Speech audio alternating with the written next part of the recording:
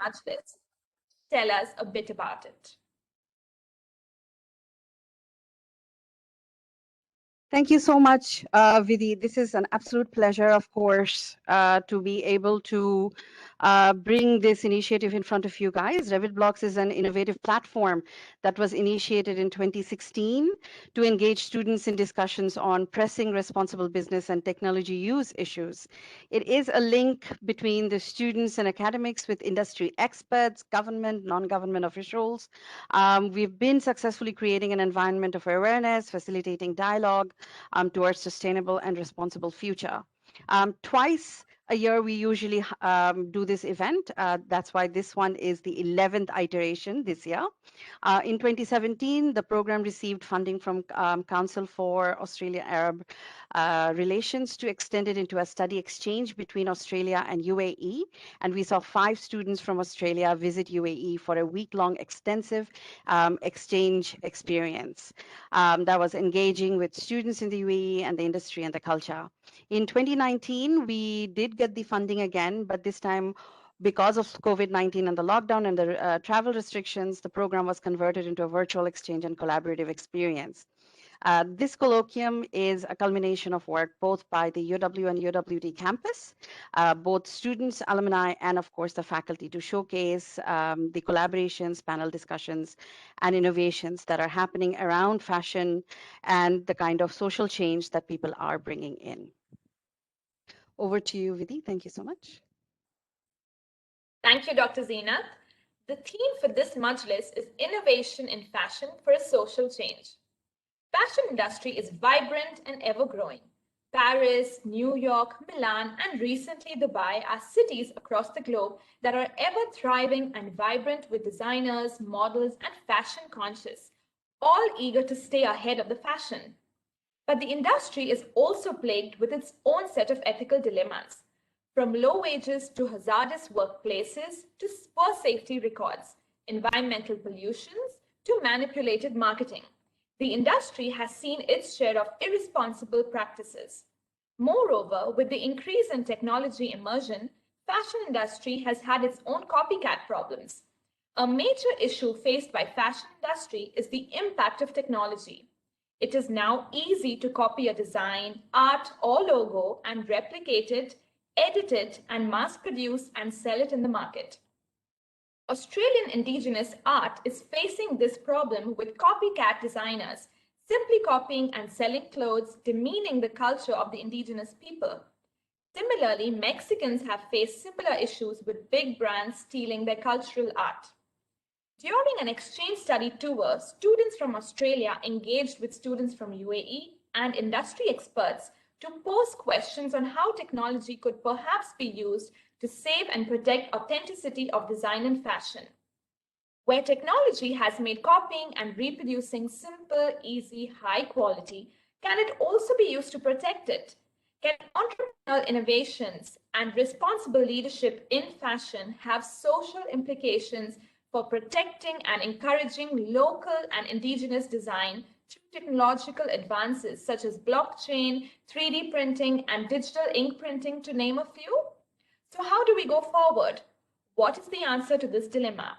Are these issues real ethical issues in IT and businesses? This invited panel sifts through the sands of ethical dilemmas faced by business owners, developers, and managers around the world, their consequences, and the need to understand the impact of technology on intellectual property in fashion and beyond. We are honored and excited to welcome our panelists today. Our panelists for today are Professor Melodina Stephens. Professor Melodina Stephens' area of research and consultancy are in strategy, focusing on crisis management, entrepreneurship, and brands. She has over 25 years of experience at senior levels in both industry and academia. Prior to joining MBRSG, she was the first female Indian dean of a university in Germany. She is passionate about emerging markets, especially the MENA region, and is frequently invited to panels and discussion forums. She has published extensively, over 130 publications, and she's the series editor for the Actions and Insights series and the author of the forthcoming book, Businesses with Purpose. Before her PhD, she worked in India for the Tata Group. Professor Stephens is on several advisory boards. She is the founder of the Academy of International Business, Middle East North Africa Chapter, a non-profit social initiative founded in 2009. Now under MBRSG, it is a self-financing volunteer organization. Our second panelist is Ms. Chama. Ms. Chama is an impact entrepreneur, a jewelry designer, a visual artist, an intersectional feminist, an advocate for interfaith dialogue, and a consultant for peace building and sustainability projects. She is the founder and CEO of Moorish Saints, a Dubai-based startup offering ethical and handmade jewelry inspired by sacred geometry, and Moorish architecture dedicated to bridging both the gender and the cultural gaps in society. Chama has also spent over 12 years as a visual artist, focusing on bridging the gaps between divided and traumatized communities and highlighting civilizational stories of marginalized and intersectional groups. Chama studied international relations and conflict resolution at Brandeis University, Boston, and is deeply passionate about decolonization, interfaith dialogue, minority rights, and post-traumatic healing.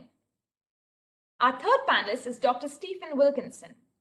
Dr. Stephen Wilkinson is an associate professor at the University of Wollongong in Dubai and currently teaches geology for civil engineers, geomechanics, environmental science, and chemistry at undergraduate level. He has taught students of civil engineering for over 10 years. Recently, Dr. Stephen was appointed as head of research cluster on smart and sustainable cities. Dr. Wilkinson has been a consultant for the European Regional Development Funded Programs, Environmental Technologies and Resource Efficiency Support Service, Built Environment Climate Change Innovations, and the Brownfield Research and Innovation Center. As a part of these programs, he has assisted several national and multinational companies such as Ketley Brick, Dunton Environmental, and Matrix Structures, working on projects such as rapid image processing for quality control of brick products, design of foundations for modular buildings, and the assessment and remediation of contaminated soils. Welcome, panelists. Finally, the panel is moderated by Dr. Zeenat Reza Khan. Now, with a minute to organize the panel, we will move to the next segment of today's Majlis, which is the panel discussion. Kindly note that the session is being live streamed on Facebook, ReBitVlogs page, and recorded. Audience joining us via WebEx, kindly please keep your mics muted at all times and webcams off. Kindly use the chat feature to post any questions to me directly. Thank you, everyone, and hope you enjoy the panel.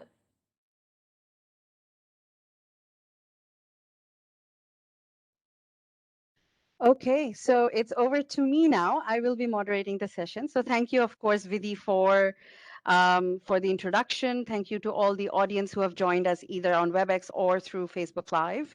We are quite excited to be hosting this event today, marking a week-long colloquium by the University of Wollongong and University of Wollongong in Dubai.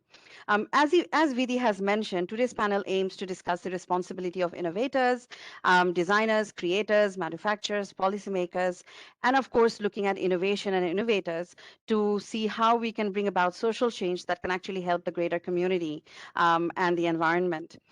We have specifically targeted April quite religiously since the ReBitVlog started, and we've been doing this joint event with UW and CAAR in memory of the victims of the devastating man-made Rana Plaza disaster in Bangladesh that claimed over 1,000 lives in 2013 and became a catalyst event for change that now actually sees Bangladesh pioneering, including housing the top and the greatest number of LEED-rated manufacturing plants, factories in the world.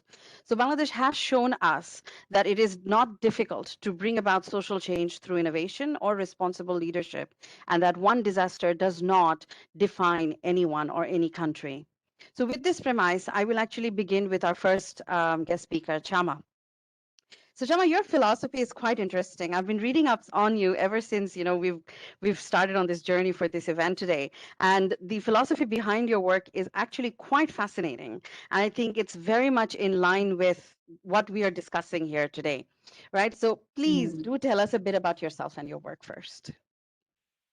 So my name is Shama Mistali. I'm from Morocco. I grew up there until I was 17. I am from the indigenous community called the Amazigh or Imaziren from North Africa.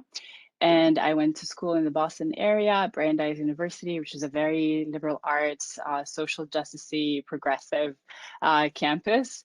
And that's when I really kind of fine-tuned my passion for social justice, for intersectionality, amplifying women and minority rights, voices, and doing work that honors and recognizes their contribution to society and human civilization. And I had been working in interfaith dialogue and sort of peace building for about 12 years. And I moved to Dubai about 5 years ago.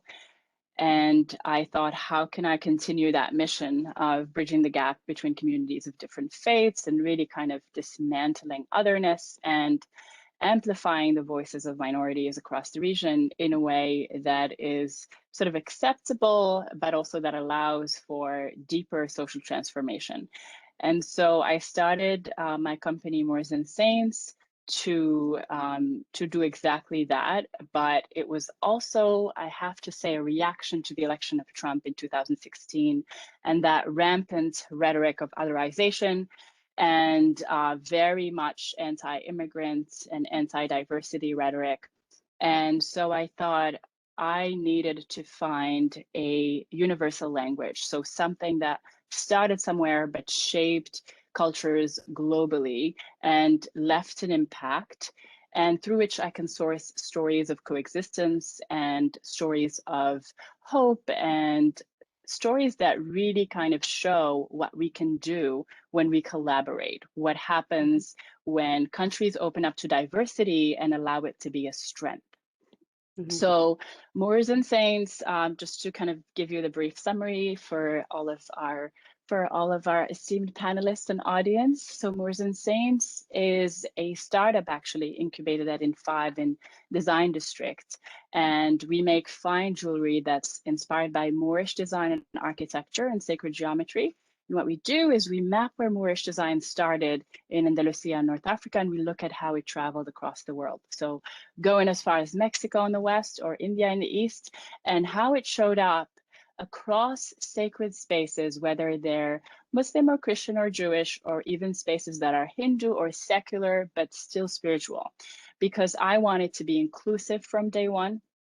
I knew that I wanted to build a business and a brand that would not only just be ethical and in line with the Sustainable Development Goals as dictated by the UN, but also a business that really kind of creates bridges between different people and shows people their own civilizational strength, that allows a certain decolonization process for the audience and the consumer, and allows people to really fall in love with what it is in their past that has made civilizations great, whether it's civilizations that they come from or descend from, or civilizations and cultures they connect with, because in today's world, we all carry different cultures. We come from certain places, live and work in others. Our parents might be from different places. So we're all very third culture in a sense and relate to people globally. So I wanted to really kind of offer some kind of healing through jewelry.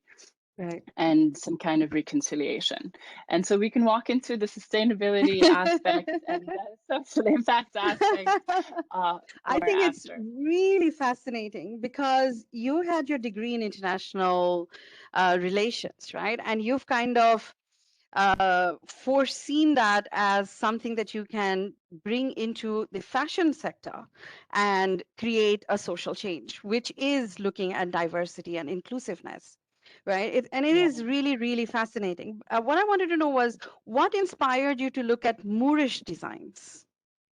Specifically, Yes. because it's very universal. It is a language of design that has obviously traveled all over the world and showed up in, for example, the Taj Mahal. The Taj Mahal was inspired by the Alhambra Palace. So a lot of the structures that define the Taj Mahal architecturally were kind of taken from Andalusia.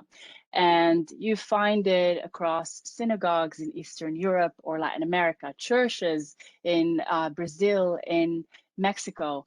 And I wanted to tell a story about the migration of Moorish design and how migration is always a really good thing, actually, because when ideas and communities travel to new places, they create this synergy and fusion with the local culture. And I just couldn't find a better design aesthetic or language to convey that coexistence other than Moorish design. But obviously, sacred geometry is also something that human beings deeply connect with, and that is very common and shared across civilizations from the dawn of time.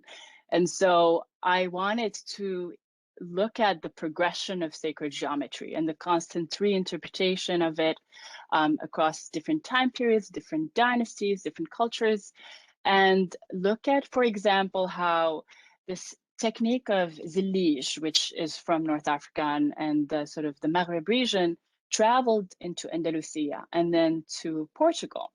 And then the Portuguese, who were travelers, took it to Brazil. And because they had the benefit of cheap labor, actually no cost free labor because of slavery, which is not very ethical. We can get into those details now, because there are still some elements of modern day slavery that the fashion industry is really famous for. But the Portuguese took this technique of zilij, coined it as azulejos, took it to Brazil, and it decorated the facades of buildings and palaces in Brazil.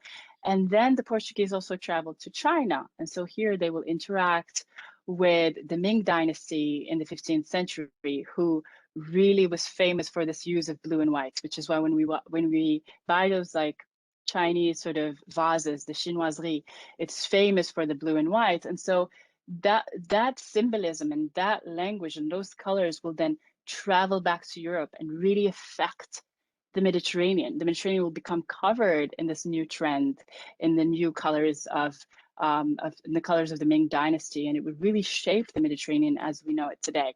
So I wanted people to realize how no culture can exist in isolation, and progress and innovation is only attainable through diversity. Absolutely. I'll just talk a little bit about now the Moorish designs, because it does have a fascinating history across the globe, right? Yeah. A lot has to do with traditional cultures and indigenous people. And like you said, it transcends religion even, because it doesn't necessarily just cater to one group of people or one set of faith, right? So we have seen over the years that any kind of such cultural artifacts are very open to copycats, right? And people are easily just picking it up because it looks nice. Let's face it, right? It would be nice to have it on a t-shirt or on a cap, or actually just put it on a bracelet, just print it out and just have it, right? And now there's enough technology out there that just helps you actually just rip it off very easily and just makes the whole process really quick.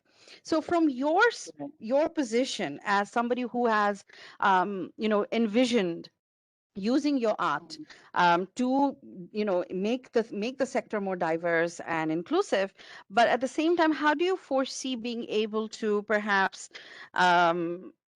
combating this whole problem of people then ripping it off? Because as Vidhi had mentioned in the introduction, that the problem with the indigenous art was that it actually has meaning, right? Which we obviously don't understand. It just looks nice to us. But when people start copying that kind of art, and then they start changing colors because they need to make it suit the fashion line, they're actually changing the message as well. And that is quite insulting, and it kind of takes away from the whole authenticity of the art. So how do you foresee being able to combat something like that? Because now that you're bringing this into the mainstream, for instance, with your art, and it'll obviously, people are going to start buying it, people are going to look at it, and they'll go, hey, let me make something like that, or let me just put that design into my t-shirt. So how do you foresee combating that the kind of message that should come across? So there are a few things that you bring up, and I'm so excited to answer this question because I've always been really passionate about, in a sense, teaching cultural appropriation through my artwork. I am a painter and I've done painting and visual arts for over 12 years. And actually just behind me is a painting from a series that I've made last year and the year before that looks at the cultural appropriation of Amazigh, indigenous North African textiles and symbolism. And so this little painting says they stole our rugs and called it minimalism, because there is this tradition of really taking Amazigh indigenous patterns and mass producing it through big companies like IKEA. So without the context of where these patterns and symbols come from and what they signify, and without honoring the artisans and the craftsmanship and the handiwork and the knowledge and wisdom that has gone into weaving these fabrics and putting these symbols together. So in a sense, it's not only taking an art without context, but also completely deleting, erasing the cultural production of entire communities who are already marginalized and already hurting. So when it comes to jewelry, because I focus on fine jewelry, the challenge really, because you said, what if people start copying Moorish design? So Moorish design is already everywhere. It's in palaces, it's in mosques, it's in all kinds of sacred spaces, it's in homes, it's in across fashion now. It's becoming a trend. Although not very often kind of understood or well sort of defined. So it's already kind of existing across different fields and spaces. So I wanted to make it central, not just because of the message of Moorish civilization, which really kind of itself for convivencia, that sense of coexistence between communities of different faiths, but also because I wanted for people to understand where it really comes from. I wanted people to understand the layers that came with Moorish design, and that what you see as a visual thing, as a sacred space or an architectural space, is actually so full of meaning. So in a way, that's kind of addressing that part. But the challenge in fine jewelry specifically is that, for example, when you go to Gold Souk and when you reach out to workshops that are working in Dubai, most of the revenue comes from copying models of jewelry from the big brands. So the Cartier, the Bulgari, the Tiffany, all of those sort of big name brands that people don't necessarily have the means to purchase from these sort of fashion labels and homes and these jewelers, because usually their design cost is really high and their marketing cost is really, really high, but they still not only like the design, but there is something else to be told about European design, because our regions, unfortunately, haven't fully decolonized and understood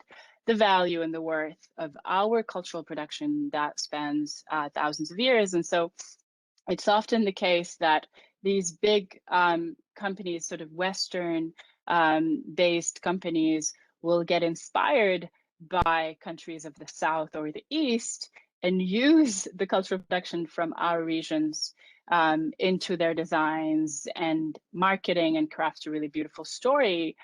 But then that's when people from our communities actually buy those products. But if a small brand, sort of like myself, goes in to try and give value and dignify these cultural productions that we have and that are indigenous to our cultures, it takes time for your average consumer to actually get it, because they themselves haven't really understood the value of their cultures and heritage. So in a sense, we're fighting many battles, we're fighting the sort of the use of these big companies of our cultural production without appropriately recognizing the contribution of indigenous cultures. But we're also fighting our battles at home, where we have to educate our local consumers to give value to our own innate indigenous designs, And it's not easy. It's not easy, and we can't do it alone. And we have to have some kind of governmental support and some Support, kinds yes. of grants, because we are in the business of social transformation. And with Moors and Saints, we're not just doing that through bridging cultures and sort of giving value back to indigenous cultures and to cultures of the South, and really looking at the civilizational strengths of countries of the South. But I'm also looking at healing people who are carrying many different identities, so that they can find some kind of solace and belonging in being so mixed culture, because everything is mixed. When you look at everything that's produced all over the world, it's not a singular identity that defines it. And if you look at my DNA or your DNA, you're going to find a bunch of different ethnic elements that have come together. And we also donate 10% of profit to NGOs working with young women. And my partner for this part of social impact for the last year and a half has been an organization called Banat Imarat, Daughters of the Emirates, E7, and they basically offer an incubation program for young women of all different identities and nationalities who happen to be living here in the UAE, and they enable them to essentially become social entrepreneurs. So it's a bunch, Fantastic. it's like layers of social transformation. Yes. And I think in a lot of ways, this is why I wanted to actually start the conversation with you on a positive note, rather than, look at all the things, negative things that are happening in the society. So thank you so much, Chama, for that. And with that intro, I'm going to move on to Professor Melodina. Now, Professor Melodina is very well known for her innovations, right? From winning 2 UAE National Research Foundation grants right here in the UAE, and one of which I believe was focused on Brand Dubai, to founding, of course, the AIB MENA, or the Academy of International Business, Middle East, North Africa chapter. You embody innovation and entrepreneurship, right? So kindly first, please just share a little bit of your journey with us. Oh, wow. Well, first of all, I worked in Wollongong for 10 years, so it's happy to come back. So thank you for inviting me back, Zinat. It's a pleasure. I'm very passionate about social enterprises too. So I've lived in multiple parts of the world. I've lived in India, USA, Taiwan, Germany, and of course, Dubai. And I think they're all different places. And as I moved along, it was always a culture shock, So you think you're pretty global, and then you get there and you see things that you thought were yours made in a slightly different way and localized. So you get this sense of feeling, since we were talking about culture, I totally agree with Shama. Culture spreads and gets appropriated and customized for local context. And somewhere along the line, the narrative of where it comes from gets lost. But historically, we've also lost the narrative. I think we don't even know historical roots. I don't know where I'm from that point of view, because I've been around in so many places. So that's one interesting challenge from an ethics point of view, I think. For me, the other things with innovation, so you spoke about that. So my journey with innovation has come also looking at it more from a policy point of view. So what should governments do and what should companies do? So a lot of work comes in, even with startups. So as you build startups, can they build their startup culturally and ethically in such a way, even if they get funding? Because sometimes when funders come along, sometimes the mission sways. We've seen that quite a bit in big companies. Tom's is one example. It's challenging, I think, for a founder at that stage to decide money or, stay true to the purpose. So a lot of my work is also on maybe empowering young startup owners on how to build a company and stay true to purpose. So that was sort of like a brief intro about me, Zina. Thanks. Thank you so much. Because you've also worked in sustainability a little bit with your innovation and the kind of chapters that you've done with like a lot of the companies here, how do you see the role of innovation entrepreneurship towards this kind of sustainability and social change in fashion? So there are many layers of it. One is, of course, in product design at the design stage itself. So how do you make the product, right? This is a supply chain issue. So you spoke about Rana Plaza, but then you could even go back to the Bhopal gas tragedy many years back ago, which was even much more bigger. And in that case, the raw material is, something even further back in the supply chain. So if you start looking at supply chains, and I think this is a big challenge right now with globalization, because we lose track of where things are coming, who's making them.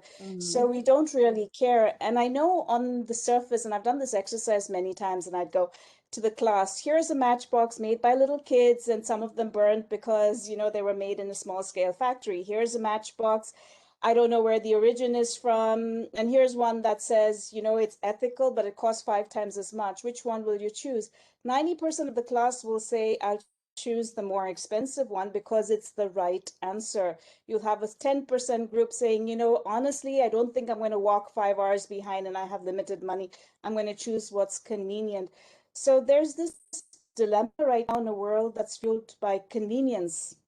We all know the right answer.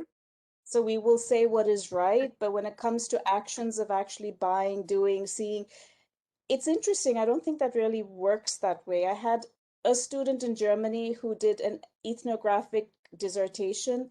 She asked her friends, would you buy fast fashion? And we know fast fashion is not sustainable, and everybody said no. And the second part of her survey was, can I see your closets? So she went into the closets and she found things like Primark and Zara and all these things. And she said, but you said you don't buy them. They said, well, yeah, we have limited money and then it gets boring wearing the same thing. So we needed to go for a party. So we made an exception. It was still 20% of the closet. So her question was, when we do these surveys and everyone says, yes, we will, how true are people to the purpose? And I think I'm not criticizing anyone. I'm saying I'm not myself the perfect role model, but sometimes, even though we mean well, we make convenient decisions. Absolutely. And I think that, Sorry, Zina, to ask that question about technology. So I want to explain two new trends that are coming up. One is, of course, the way that we're looking at, for example, there's something called NFTs. I don't know if you know about this. They're called non-fungible tokens. And this is one place they're thinking with artwork that maybe you can actually go and like blockchain, say this is my ownership and therefore trace where it goes. So this may be something new in future coming in, which is blockchaining work. So at least in future, you could say who it's appropriated from. Having said that, there is a caution. I think knowledge only grows on someone else's back, so as to speak. And if we limit things so much at some point and we put so many legal hurdles, the worry is also innovation will die down at some point. So I think the challenge is what is the sweet spot and how do we ensure, because we're looking at a population of 7 billion. It's not a small population and a lot of creativity. So ideas will come in multiple places of the world and not everyone has access to technology or the legal resources to actually register it. So again, Shama brought this very interesting thing of big companies. I agree with you on this. I think big companies have huge amounts of resources, and sometimes the little people get swallowed back behind. I'm not saying you're little, you're a giant in your field, but No, absolutely. And you're right. And I think a lot of this has to do with capitalism and the way we look at the economy and the way we look at purchasing, right? So what you touched upon a little bit was ethical consumerism. And we do know it's a huge dilemma. People will say, yes, we should do the right thing. But when it actually comes to spending that money, they will still spend on whatever is most convenient for them. And that could be the cheapest thing in the market or the quickest thing in the market or the closest thing to their place wherever they are, right? So how do you view the impact of capitalism on leaders in this industry and their role, currently what the role is in the way the fashion industry is working, where innovations and social change is concerned? so I think when you say leaders, it's very broad. I mean, Right. so if you're part of a company, so here's the thing, if you're part of a company that's listed on the stock market, your first responsibility is shareholders, and shareholders like profits. So it straight away puts like a target on your back to do the right thing, but still deliver profits. And we can see this even with the crisis. There's a tremendous pressure not even to save employment, which you think you could, but keep the profits and get rid of employees. So it's a tough one, and I think you really need to maybe change things in stock markets for this to work in a better way. I don't see it happening any other way. The second thing is, when I think of leaders, I think government leaders. So government leaders have a huge role to play, because you set up policy and then people follow you because of that. So again, because I lived in Europe, they were very strong on policy in many of these areas of sustainability. So one of them was renewable energy. So a lot of the products that needed to be manufactured with low carbon footprints. But you could do that by buying carbon, credits in the market. Yes. So you still be polluting and buy carbon credits. And it was interesting when we looked at the firms for example, in Germany, the incentives played a big role. So yes, they were more sustainable, but the regulations kind of those firms would change, because the same firms were not equally sustainable when they were in other countries that did not have the same regulations. So I think this raises again these interesting things about really value of the company. I mean, you see small I think it's very hard to stay true to the purpose when you're too big. Yes. It's hard, no matter what you want to do. If you're a leader and you have 500,000 employees, you can't, and then you have suppliers, you're outsourcing. It is impossible to keep track. And Run Up as a great example of that, where everything was outsourced and people kind of turned a blind eye in a very convenient way. It forced now people to say, no, no, no, you cannot do that, which I think was the right thing to do. But in a tragic situation, we do not want tragic situations like that, right? So this is one challenge. I think regulations do play, but like I mentioned again, too much regulations, then you don't become competitive in a global marketplace. And I think coming out of their jobs and really need the economy to go back to some semblance of normalcy, this is going to be challenging. Challenging, absolutely. Do you believe, now when I say leaders, I mean like, people who are leading these companies, right, in the fashion industry, do you think they have the foresight to be able to bring about policies or infrastructures are in place? Or is it like a fight that we have to change their mindsets?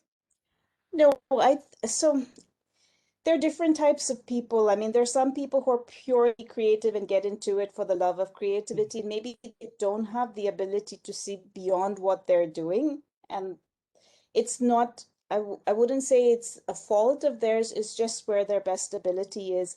And there are others who can see across it, and definitely Shama's one of them.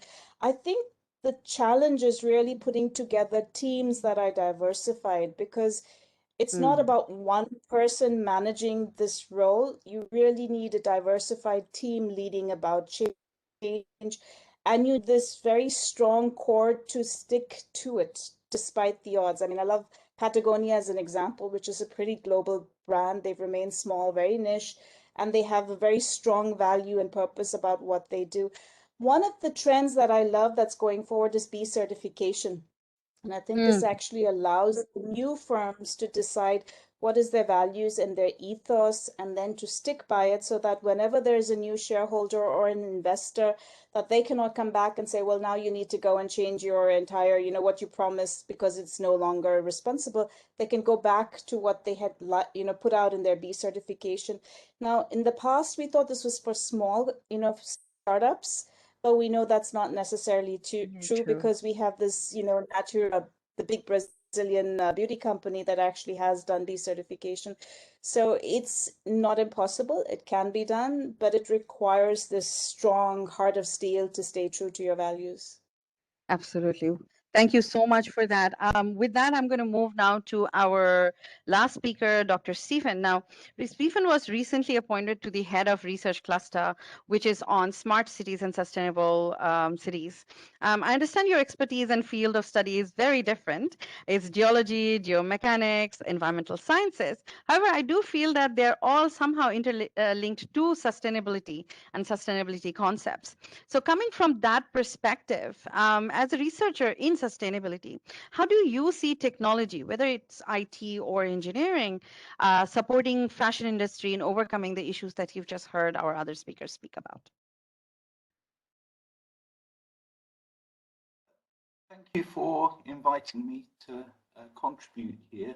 I've joined this at the very last minute because of a speaker who was unable to attend. So I'm going to try and just stick to areas that I really do know about.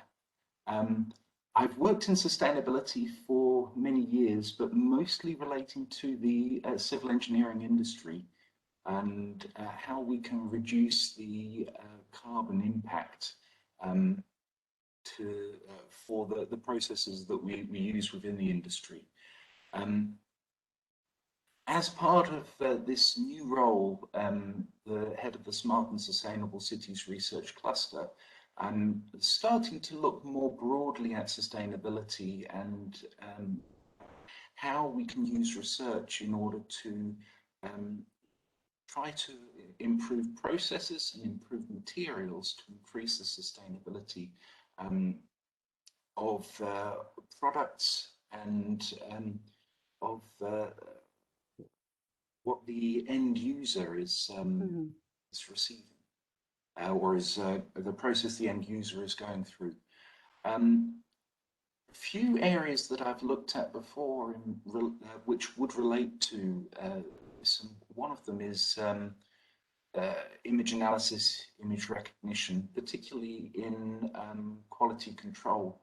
I've looked at this for civil engineering materials, but it's an important area also for the fashion industry and also for the identification of counterfeit products and things along those lines.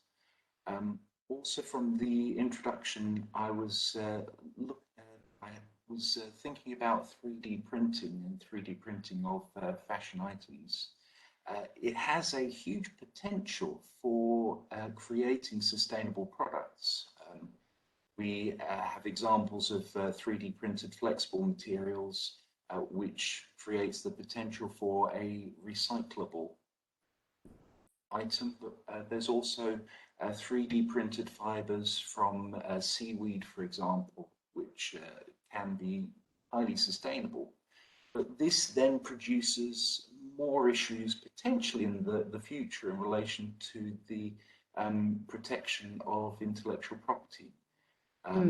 Because the 3D printers become more widely available, it is possible to obtain a design or modify a design and then just print it. So it creates the ability for intellectual property to be copied as well. So there's a balance there between sustainability and intellectual property rights.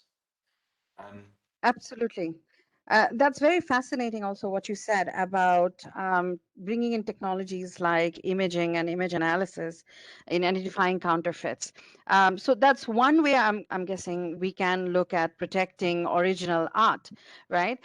Maybe I'm just going to jump 1 second to Tama to just pick your brain about a technology like this that Dr. Stevens just mentioned, where we look at imaging and image processing. If something like this was more readily available, let's say in the market for, do you think that is something that designers would be interested in, customers would be interested in? 100%. So I told you I'm part of an incubator, a design incubator here in Dubai called In5 Design, and they have a 3D printing lab, and that's already being used by designers and students to create prototypes. So without going into like full-on production and like wasting a lot of materials and things that eventually get thrown out. And so it's more efficient in that sense.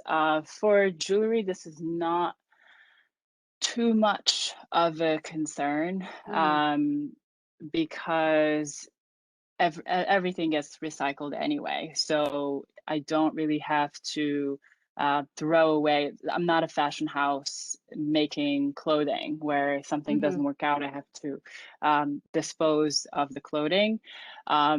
Metals get recycled, so it's an easier problem to have in a sense. But it does come with, in order to melt the jewelry, you obviously use fire, so that is Yes. CO2, but it's very marginal, very, very marginal, because jewelry is very tiny. Okay. And following on this to Professor Melodina, because you said about how, being restrictive could also restrict innovation. So if we did have technology like image processing and imaging to help with identification of counterfeits and things like that, but at a mass scale, like something that was available to everybody so that they could protect their designs and things like that, do you foresee something like that would be stunting to innovation and growth? So let me turn it in a reverse sort of way.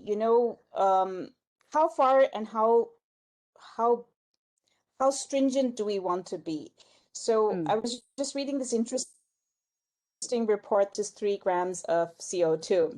An email with an attachment is about 50 to 80 grams of CO2, and a Zoom call is something, I was just looking at the number, is approximately, I think, 3,000, 1,000 grams of CO2, So when we all of these new technologies, there is a cost, but there's also a hidden cost, I think. So it's a question of how far and how stringent do we want to go when we go and manufacture that, or when we go and we want to say who is the original author of that, because someone can always go back and say 10 years back someone made it, or there's an ancestral cave that we found and they had hieroglyphics painted on it. So the challenge is, we know historically culture evolves multiple places at one point in time. We know that fashion is always not necessarily on the oldest type of materials. So I'll give you one of the challenges that one of the companies in UAE had. It was Suga, and they worked with the Bedouin women, and they wanted to do the Tali handicrafts, the embroidery work, right? So they went to the women and they said, okay, can you do that? And the younger generation didn't want to do it because the looms that their grandmothers used were very heavy. So the whole discussion was on, would it still be authentic if they made modern looms and they manufactured it, or will the heritage component disappear? Will it still be authentic if you use new fiber and new material? Because maybe people didn't want it necessarily made with the camel hair and things like that. They might have wanted silks and other things, which was not traditional at that point in time. And that raised this whole question of authenticity. And I don't have the answers for it, but I think what I want to highlight is there's a lot of gray areas. So you could have a painting that could be from a particular area, but it's done on a material that's not from that area, or using pigments that are not from that area. Is it still authentically there, or are we talking about the narrative, right? Because there is a lot of legal this thing on where does it come in the narrative, because like you said right at the beginning, it's important, especially in a world where intolerance is high, to acknowledge narratives, right? Absolutely. And this may help bridge this feeling of others and differences that are there that Shama brought up. So I think it's really how much and how deep you want to go. I don't have the answer, unfortunately, Zinat, but it's a big open debatable area. Absolutely. Thank you so much. So going back to Stephen, Stephen, let's talk a little bit about technologies like Melodina mentioned, like blockchain, right? So anything that allows us to trace back and it has a huge potential, of course, like in supply chain, as you guys mentioned, keeping track of the supply chain, what is it, where is it, and everything. And then if we thought about in terms of even like green buildings, green factories, right, and not just factories, but even green showrooms or brand shops, right? What is the possibility of having something like this, where customers, for instance, could use blockchain technology to see if the clothing was being manufactured in a LEED certified building, for instance?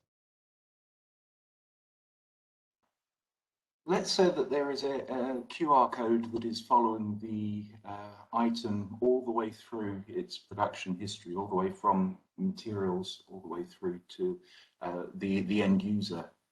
Then it produces the ability for you to just scan with your phone and identify all of the steps that this product has followed along.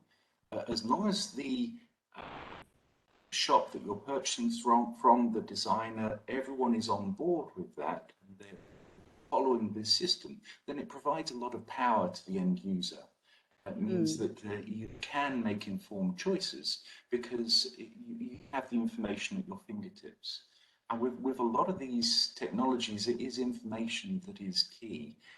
Yes. Then you are still reliant on the end user to make those ethical decisions, but at least there is the information there. You can also then, once you've got that associated with each item, you can make legislative requirements as well, make limitations, because the supply chain becomes more transparent. Isn't so much that can be hidden along the way.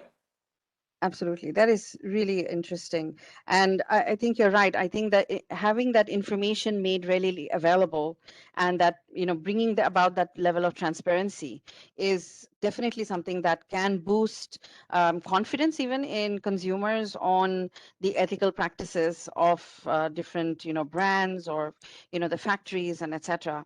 So with that, I want to ask you, Stephen, do you think the new generations that are graduating with these skills, either in IT or engineering, that they have that capacity, foresight, or passion to use the innovations or come up with innovations to bring about social change?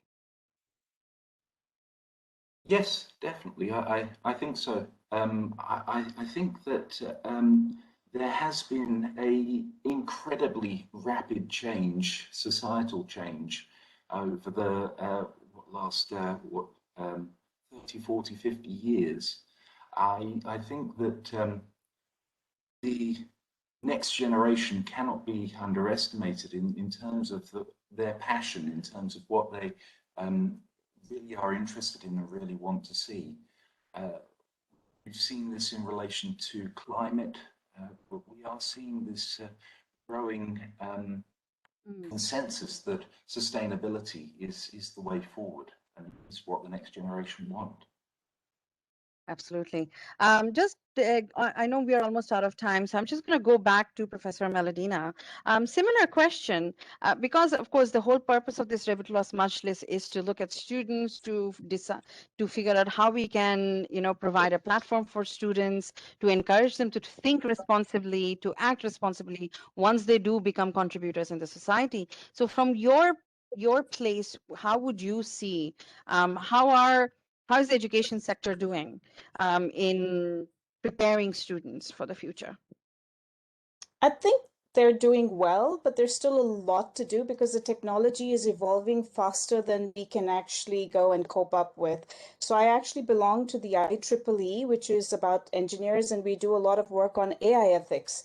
And it is challenging even from business leaders at that point. And one of the challenges is not necessarily the designers are the ones who actually diffuse the product and take the product to the market or are responsible for adoption, just like Stefan mentioned. So I think this is one big challenge that's there is we need to constantly keep putting new information up based on the new technologies that are coming in.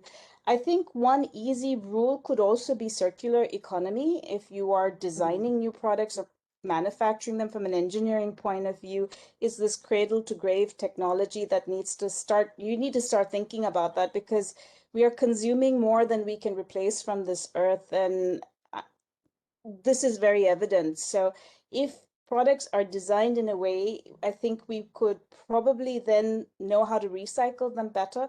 The second one is, I think, the degrowth movement that started actually in Europe, which is consume less. This might mean we need to pay more so everyone can still have a good quality of life rather than, and I think that's true. I mean, I have more clothes than I can wear, and they're in my closet. And I'm sure a lot of other people would say the same thing too. But these are small changes, and I think it's a generational change we have to make, because clearly our grandparents managed with much less. It's just our generation that became a consumer generation. It's not impossible to change, but it will take a generation to change. And Chama, just throwing the same thing back at you, because you're young, you're of this generation. How do you see the new generation and their attitude towards social change? Do you think they're open to this? Do you think they're thinking in this line as the future? I mean, as echoed by the other panelists, we definitely feel a shift in consciousness. There's no question about that. But I think that sometimes that shift in consciousness can just kind of be superficial. And so that's where concepts and practices known as greenwashing kind of come into play, and companies really playing up the sort of conscious conversation, but not really when it comes down to them being willing to be transparent, saying, you know what, we would welcome consumers to our workshops to check the conditions and things like that. That's not really happening. So I worry about those things. And I think that if the question is more kind of used, or if my answer is supposed to inspire the next generation of business owners, leaders who are going to be graduating from your university, I would say that the first thing that one should focus on is to really grow their ability to question things. I think that's essential. Critical thinking is the only way to problem solving. And the next generation is going to shoulder even more problems. And with the advancement, the rapid changes in technology, we don't even know what these problems could be. They could be extremely overwhelming. But because they do have technology, they also have a lot of options and not necessarily a ton of time. So they're going to have to make really rapid changes to lifestyles, to decision-making, policy-making. And that can only come about if we have generations of problem solvers and critical thinkers who question in ways that are also cross-disciplinary. This is also why I would encourage anyone in school right now to dig into as many different topics as possible and to bridge the gap between the arts and sciences. Fine if you want to do engineering, but you have to be exposed to the arts as well, because we have the left side and the right side of the brain, and these two have to be in balance for us to really see what kinds of solutions we can come up with. And obviously do this in a way that encourages diversity, because what you might be seeing alone is not enough. You have to do this with in a spirit of diversity and openness to other ideas. So those would be my top. Perfect. I think you actually brought everything together really well. So with that, we are almost at the end. I'm just going to quickly jump to Vidhi. Do you have a couple of questions that have come through? Yes, Dr. Zeenat. So one of the questions that have come through are, can you name a responsible leader who is actually your role model? Oh, okay. Maybe Chama, do you have somebody? That's a very good question. I can think, I'm going to be very honest, I can think of a lot of friends of mine who own small businesses and who are leading the movement for social change through business. So I can think of a friend of mine, her name is Robin Harris. She's based in Chicago and has a couple of businesses that really use confidence as a way to transform lives, not just of women, but specifically focused on African American communities, to really kind of lift them up and build them up in order to allow them to reach their full potential. I can think of another friend who owns a company called Bird and Stone, based out of New York. It's a jewelry company, and they basically pair up consumers with different missions across the world. So for example, if you care about women's rights, then you buy a bracelet that says the future is female, and the proceeds a portion of the profit from that purchase goes into Planned Parenthood, or in some cases goes into empowering sort of benefiters from microfinancing solutions across the African continent. So I can think of a lot of small companies doing this. We are but almost out of time. We're We are almost still almost out of time. So Vidhi, maybe one more question? Okay. So the next and last question is, can social change be inexpensive? Okay. Melodina? Yes, definitely it can be. It doesn't take much to do this. One of the things, the book that you spoke about, that's exactly what I've been talking about. I don't think you need a lot of money to make social change, to be positive. It can be done in small things, in small communities. It's just the scale of how you define yourself, whether it's through more markets or going deep into communities. Absolutely. Stephen, do you think it's possible to create innovations that are cheap?